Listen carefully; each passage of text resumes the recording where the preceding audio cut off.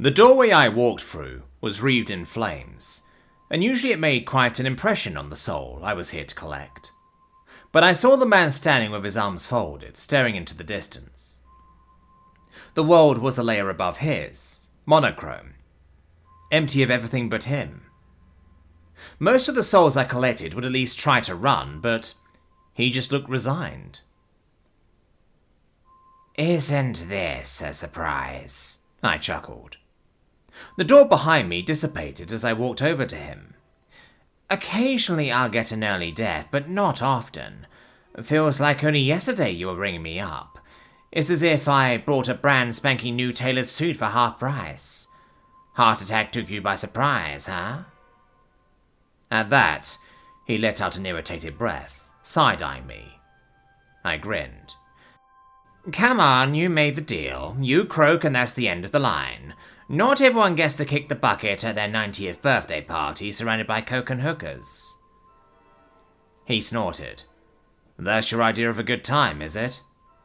"Isn't it the dream?" I asked, shoving my hands into my pockets and languidly pacing around. "The joke about going to Vegas if you win the lotto? Do humans still have the lotto?" "Yes, we still—" "Can you get on with it already?" he snapped, turning to me. "Not one for banter, huh?" I muttered. "Killjoy. Usually you monkeys are all flustered and desperate for 5 more minutes." The man's arm slowly went slack at his sides. "Nah, there, sure, but not here." He glanced around at the dead world. "I did everything I could for as long as I could.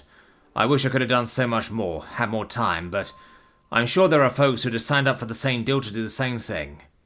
Hard to argue with that." "And yet they usually do so," I replied. Holding out my hand, I waited expectantly. The man turned and stared at it for a moment, and I saw the tears in his eyes, finally. There were always tears. They always broke in the end. Then he reached out and grasped my hand. I focused, wrapping my essence around him, and pulled. 3 seconds went by, but they stretched bizarrely as I attempted the process I'd done so many times. Tick. Passionate. Tick. Virtuous. Tick. Good. Almost without my permission, my corporeal form's hand released the one I was holding, and I lurched back. "Motherfucker!" I gasped. He stumbled away from me, startled, as I shook the agonizing pins and needles out of my hand. What happened?" he stammered. "Lucifer's fucking tits! What did you do to your soul?" I shouted. I don't... Of course the human didn't know. None of them knew what a soul felt like. They were a soul. Didn't do anything to soothe my anger, though. If anything, his clueless, open, scared expression made me more furious. "It's practically untouchable. I mean that literally. Ever try sticking your hand in liquid nitrogen? That thing is as ruined as a cake baked on Pluto." "What does that mean?" he whispered. "What did I do wrong?" "Wrong? You? Nothing. You just did a human all over my deal, that's all." Groaning, I crouched down, putting my face in my hands. "This is such a pain in the ass." The man stayed silent. Not much to say, I suppose. With a heaving sigh, I shoved myself back to my feet. "All right, I can count on one hand the times this has happened to me, but I know how it always ends. Let's just jump to the finish line." It was a rare occasion where I was annoyed enough to dismiss with the formalities and pageantry, but this was one of them. Throwing my hand in a gesture, I tore a gash in the air and closed my eyes, projecting what I needed out into the ether. Then I let my hand drop and waited, staring, my lips pursed into a tight frown. It only took a moment for a being to come to the other side and make the gash into a proper door. Grimacing, I took a few steps back from the golden light that surrounded the rectangle, grateful I wasn't being subjected to what was behind it. That wouldn't have made for a civil conversation, me sprinting away as my skin started to crackle and split.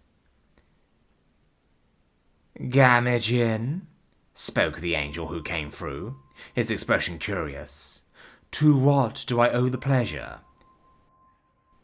Can it, Abatur? I snapped. Making a sharp gesture to the human, I told him, This one's yours. He's no good to me. Wait, what? I sold my soul to you, the man managed to choke out. What does that mean, no good to you? The monkey was too stupid to understand what was going on. He was actually scared. Maybe in a century or two that would be funny. He sold his soul to you fair and square, said the incredulous angel. Why are you petitioning for him to enter heaven?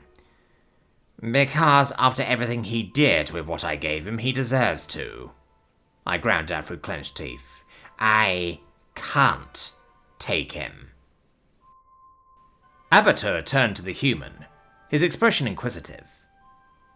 Examining the man closely, though to the human it probably just seemed like he was being curiously stared at, the angel's eyebrows went up in surprise. Oh, that's it, I deadpanned. He popped off early and still managed to get untainted enough to screw me over. All you've got is... Oh. Sometimes I wished angels were a little more. At this point, I would have taken trading insults with him, but Abatur would never indulge me. The angel frowned at me. Of course you'd make this about you. He turned back to the human.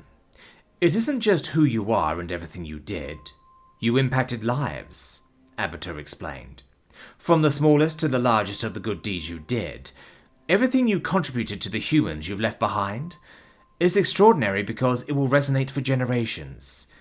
Giving such tremendous thing of yourself as your soul, then using what you received in return for nothing less than genuine, enthusiastic love, and impacting the world with real change, it's exceptional. You're saying I'm going to heaven? He whispered. For fuck's sake, I muttered.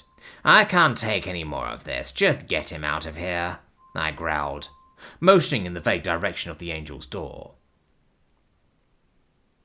The angel's eyebrows rose just slightly in reply, before I turned and threw a door open for myself. I saw Abatur hold out a hand for the human. Let's go, Steve. Walking through the sand and over to the angel, the man took his hand and followed him through to the other side. The door disappeared, taking the painful, itchy light with it, and I shook my head. Goddamn Stingray was 20 years too late, I muttered.